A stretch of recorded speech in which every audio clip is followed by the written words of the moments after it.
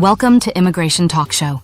U.S. Congresswoman Marjorie Taylor Greene just posted, "End Indian H-1B visas replacing American jobs." This isn't just a tweet, it's a warning shot. And if you're Indian working or studying in the U.S., this hits home hard. Election year rhetoric is heating up, and the target is becoming clear. Greene's post came alongside a repost of Donald Trump's call for higher tariffs on Indian exports. She directly linked the H-1B visa program to American job loss.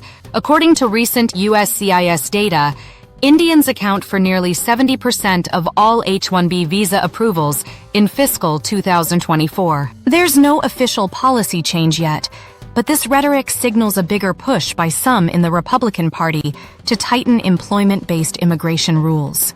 Indian professionals on Reddit and X are outraged. One said, "First the Bond news, now this. Are they trying to block Indians completely?" Another wrote, "I'm on OP. This feels like a death sentence for my H-1B chances." This is more than online frustration. Greene's stance aligns with efforts to limit work visas, end lottery selection, and raise wage minimums that could disqualify thousands of Indian applicants. If you're in the U.S. on a visa, now is the time to prepare. Stay alert for pending legislation, especially bills targeting visa reforms like changes to the H-1B cap or salary thresholds.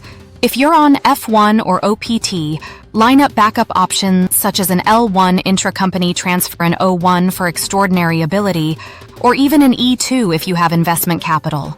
Build a digital documentation file, now employment offers, academic records, tax history, and proof of your economic contribution to the U.S.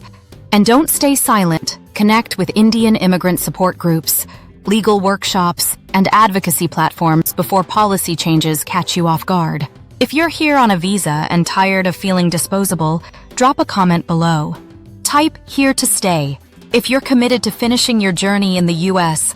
Let's build a strong support community together. Subscribe to Immigration Talk Show for real-time updates.